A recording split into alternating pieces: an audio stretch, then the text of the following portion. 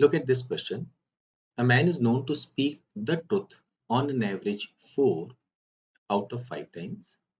He throws a die and reports that it is a 5. The probability that it is actually a 5 is, हमारे सामने options हैं। Question को solve करने के लिए हम थोड़ा सा सिस्टमेटिक वे में एक बार मूव करेंगे। यहाँ पर हम कुछ केसेस बना लेते हैं। मान लीजिए हम एक डाई थ्रो करते हैं तो क्या क्या चीजें आ सकती हैं। हो सकता है नंबर 5 आ जाए, हो सकता है नंबर 2 आ जाए, नंबर 1 आ जाए, 3, 4 और 6, कोई भी नंबर आ सकता है। हर एक नंबर के आने की प्रोबेबिलिटी है 1/6। तो कोई भी नंबर आए इस बात की प्रोबेबिलिटी है 1/6। सभी जगह ऐसा होगा। ये भी 1/6 है, यहाँ पर भी और यहाँ पर भी, बिकॉज डाई जो है वो एक फेयर डाई है। हम यहाँ दो केसेस पर मेजरली फोकस करेंगे, एक जब 5 आता है और एक जब 5 नहीं आता है। अच्छा, 5 आता है और वो रिपोर्ट कर रहा है क्या कि ये 5 है,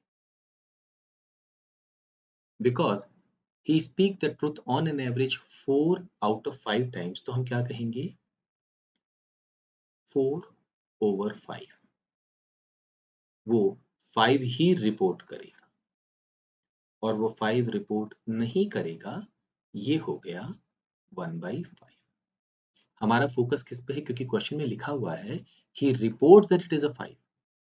तो 5 आया और उसने 5 रिपोर्ट किया, इसकी प्रोबेबिलिटी क्या होगी, इन दोनों का प्रोडक्ट। सो 1/6 इंटू 4/5 अगर मैं करता हूं तो ये वैल्यू हो जाएगी 4/30। ये हमारे काम का नहीं, क्योंकि इसने 5 रिपोर्ट नहीं किया। हमारा फोकस किस पर होगा, जब उसने 5 रिपोर्ट किया। तो 5 आया, इसकी प्रोबेबिलिटी 1/6, उसने 5 रिपोर्ट किया यानी ट्रू रिपोर्ट किया, 4/5 से मल्टीप्लाई करेंगे 4/30। अब हम एक थोड़ा दूसरा केस लेते हैं, 2 आने की प्रोबेबिलिटी 1/6। यहां पर भी दो केसेस हमारे क्या बन गए, एक कि वो ये 2 रिपोर्ट करेगा, इसकी प्रोबेबिलिटी क्या हो गई 4/5।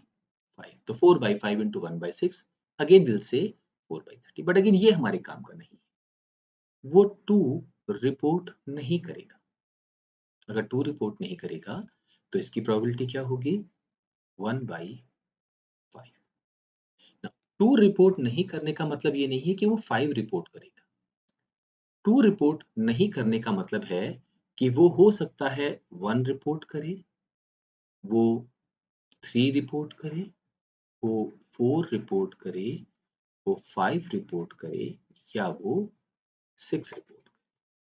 क्योंकि 2 आया और 2 रिपोर्ट किया, ये केस तो अलग हो गया। 2 आया और उसने 2 रिपोर्ट नहीं किया, उसकी प्रोबेबिलिटी 1/5 है, यानी उसने झूठ बोला। लेकिन जब उसने 1/5, जब उसने झूठ बोला, तो उसने कौन सा नंबर बोला, ये बहुत इंपॉर्टेंट है, बिकॉज हम कौन सा नंबर ढूंढ रहे हैं, जब उसने 5 रिपोर्ट किया।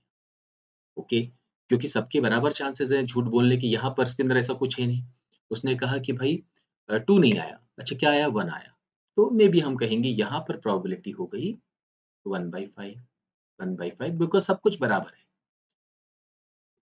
यहाँ हर एक की प्रोबेबिलिटी 1/5 है। तो अगर 2 नहीं आया और उसने 5 रिपोर्ट किया, इसकी प्रोबेबिलिटी क्या होगी, 2 नहीं आया मतलब 2 रिपोर्ट नहीं किया, 1/5, लेकिन उसमें भी 5 रिपोर्ट किया, इसकी प्रोबेबिलिटी फर्दर 1/5, तो ये हो गई 1/25। इनफैक्ट ये सारी प्रोबेबिलिटीज 1/25 ही होंगी, ये भी 1/25, ये भी 1/25, तभी सभी को आप ऐड करेंगे तो you will get 5/25 which is equal to 1/5। तो 2 आया और उसने 5 रिपोर्ट किया, इसकी प्रोबेबिलिटी 1/5 नहीं होगी। 2 आया और उसने 5 रिपोर्ट किया, इसकी प्रोबेबिलिटी 1/25 यहां पर। तो बताइए 2 आने पर 5 रिपोर्ट करने की प्रोबेबिलिटी क्या होगी, 1/6 और 1/25 का प्रोडक्ट, ये हो गई 1/150।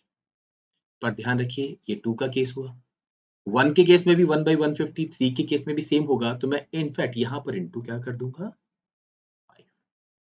5 goes into 150 30 times, तो 5 नहीं आया और 5 रिपोर्ट किया, इसकी प्रोबेबिलिटी 1/30 होगी।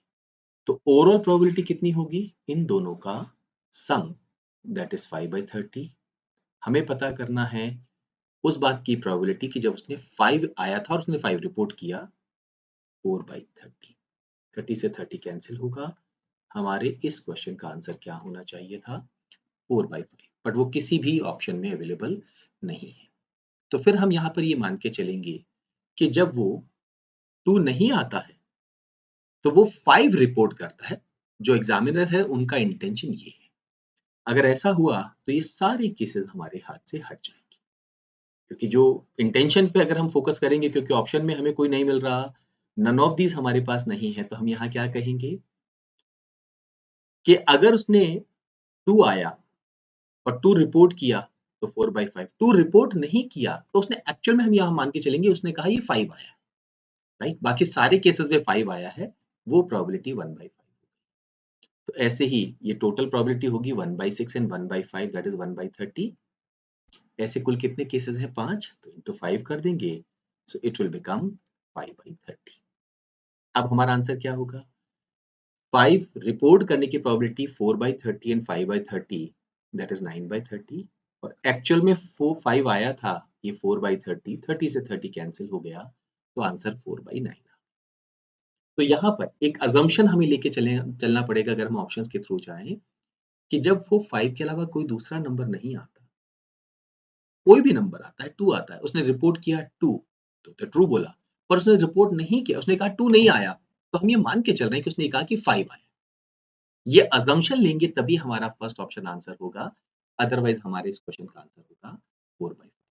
एक ट्रिकी क्वेश्चन, एग्जाम में कई बार आप इस तरह की मुसीबत में हो, तो हमेशा याद रखिए आपको बेस्ट ऑप्शन चूज करना। अगर कोई ऑब्जेक्शन रेज होता है इस क्वेश्चन में, तो जनरली एग्जामिनर इवैल्यूएट करने के बाद उसका बोनस पॉइंट सभी स्टूडेंट्स में डिवाइड कर देते हैं।